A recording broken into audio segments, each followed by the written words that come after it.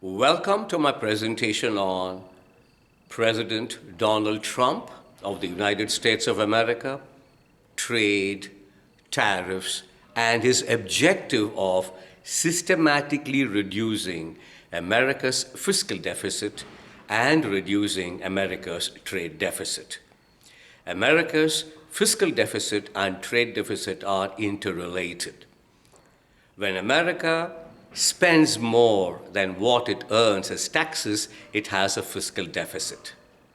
When America imports more than what it earns by exporting, it has a trade deficit. These trade deficits result in US dollars staying in the hands of exporting countries such as China, the European Union, Malaysia, Vietnam, Japan, India, Singapore, all other exporting countries, including Mexico and Canada. When America has a fiscal deficit, it means that its tax inflows are insufficient to fund the state. So America's system, the fiscal system, needs dollars. So other countries that hold dollars export these dollars to fill in the fiscal gap. Therefore, America balances its fiscal deficit with the dollar surpluses other countries have because of their trade surpluses. In particular, the president is annoyed that China has a humongous trade surplus with America and that it has the potential to shake the foundations of the United States of America. Moreover, since 2016, or during his campaign, or from the time the campaign began for the 2016 elections, President Donald Trump has held this view that China is an unfair practitioner of many things, including theft of scientific property rights that reside in America's corporations and universities.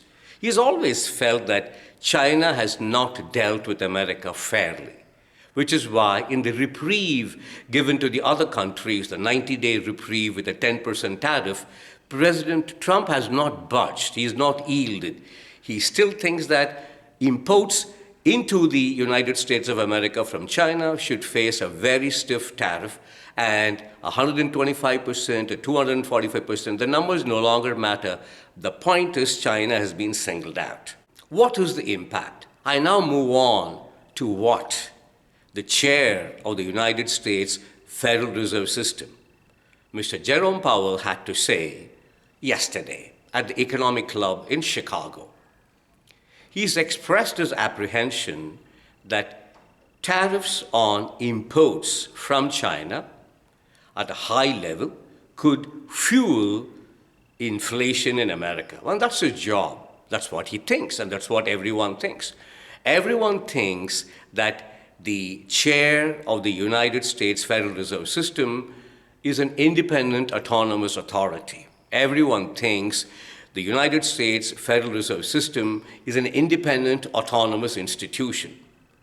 Are they right? Is the assumption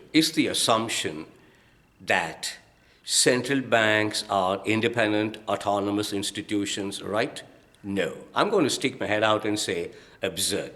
Similarly, is the head of the central bank in any country an independent authority? I'm going to stick my head out and say no. None of this is right. But it's been part of the general elitist culture to think, especially those who are uncomfortable with the political establishment, to always believe that the central bank and its head are both independent institutions.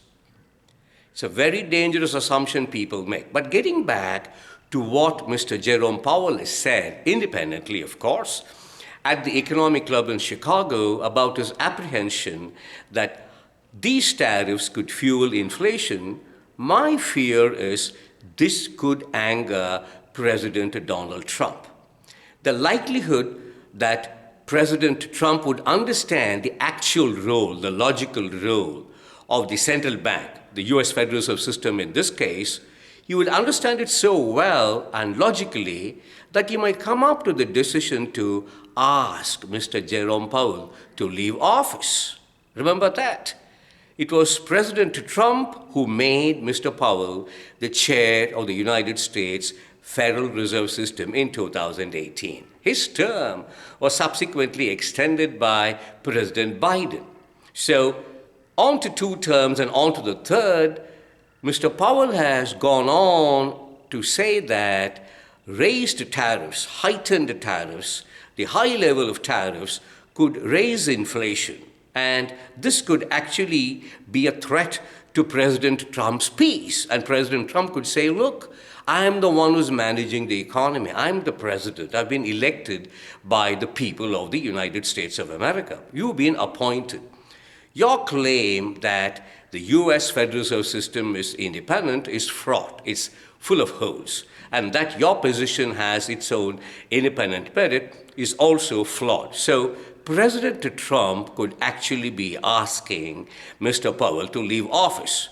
And what would I do in those circumstances? I would say, well, it may not have been a very nice thing for Mr. Powell to go ahead and discuss matters of the state, especially the economy, at the Economic Club in Chicago. He should have done this with the president. Actually speaking, the boss, the head, the leader of the American economy is the President of the United States of America. Just as in the context of defense, the president is the person who runs the entire defense system of the United States of America. No one person from the Navy or Air Force or Army can assume that she or he has an independent position. Very, very, very incorrect. Mr. Jerome Powell may have said something that angers, irritates President Donald Trump. I wouldn't have done that if I were the chair of the United States Federal Reserve System. I should have been in constant dialogue with the president, knowing that I'm just a department. I should have had the humility and the logical intelligence to say that just as heads of the Army, the Air Force, and the Navy are all there to serve the United States of America, the head of the United States Federal Reserve System too is there to serve the president. It's the president who ultimately runs the economy, which is why the buck stops here is a line that I'd like to state. Nothing starts and nothing finishes in the office of the chair of the United States Federal Reserve System.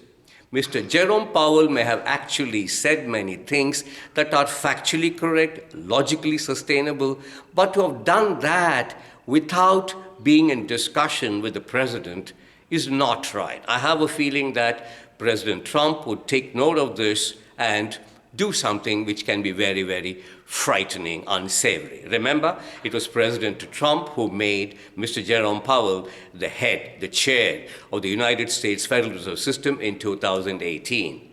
President Biden gave him a second term. So into the third term, Mr. Powell should have actually had the logical humility to say that I don't make money for the economy. Where did I get the gold from? I didn't work for it.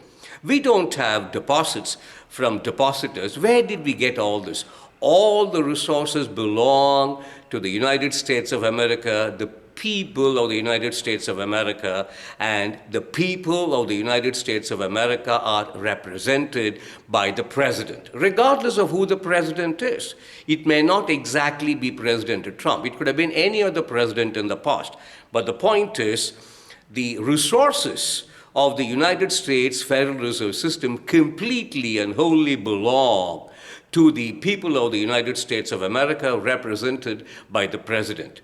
There's nothing sustainable for the chair of the United States Federal Reserve System to claim that the US Federal Reserve System is an autonomous, independent institution, nor would it be appropriate to say that the chair of the United States Federal Reserve System does have the right to express an independent opinion.